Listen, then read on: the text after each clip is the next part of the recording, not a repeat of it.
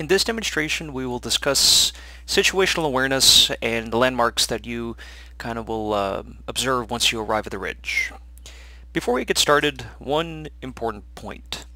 Notice our position. So normally when you're towed to the ridge, you'll get towed over the upper reservoir, and we're at 3,400 feet MSL, and we are completely on the northwest side. This is very important because there's often a tendency to want to release a little bit early, and then if you release early, then you're going to have to be punching through a lot of wind to get to our current position. Now that we've towed all the way to the northwest side at 3,000 feet, now we need to kind of take stock of our situation. So in the near future, there's several things that could happen.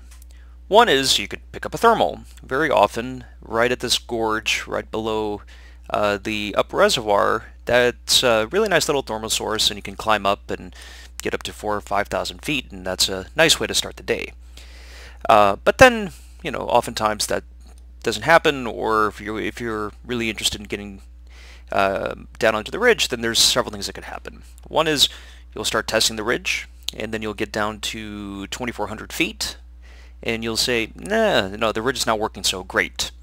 And if that's the case, you're going to think really long and hard about coming back. And so when you are in this position, you want to be very mindful of picking up on the ridge return route and positioning yourself at such a way that at 2,400 feet, which is the minimum altitude, to be able to come back. And the two return routes are, one is abeam the upper reservoir, which is my preferred route. That lines you up with the Dairy Queen Field and runway 7 on a base leg. And the other route is right by the lower reservoir, where abeam that little peninsula, which we call Doc's Thumb. And there's a gorge that cuts through there, and you would leave a beam of that gorge, a beam of the Doc's Thumb, and that lines you up with the right base for 2.5. Now, if we were to be down at 2,400 feet and we felt that the ridge ought to be working, or if we want to try it anyway, at that point you lose your option to come back home. And so either the ridge is going to work, or if you get a bit lower, or if you're later on able to climb back, the landing option that you would go for is that big cornfield at the base of the ridge, which is right abeam the former model airplane field, which is unfortunately not landable right now. So to sum up, when you release, you can either going to find a thermal, you're going to get down to 2,400 feet and make a decision whether you want to stay or go. And if you stay, then the ridge is going to work for you, and if it doesn't, then you're going to be landing at the base of the ridge, which very, very rarely happens on a decent day, but nonetheless, we have to be prepared for that. Then, assuming the ridge is working, and we want to stick around this area, there's a number of very distinct landmarks. The first is, of course, the upper reservoir. It's very distinctive, and it's very easy to spot. And among other nice features is that's a great wind indicator. So take a good look down on it when you're on tow, because you'll often see the streaking on the waves will show how strong the wind is. So if there's whitecaps on the reservoir, that's a good sign.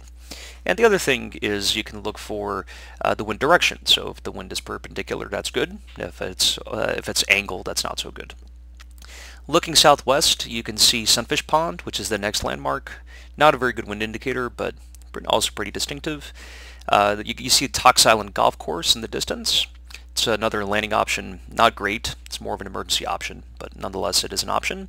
And then you see the Delaware Water Gap in the distance, and that's the limit of the local ridge, southwest bound. To go further, you need to be cross-country approved.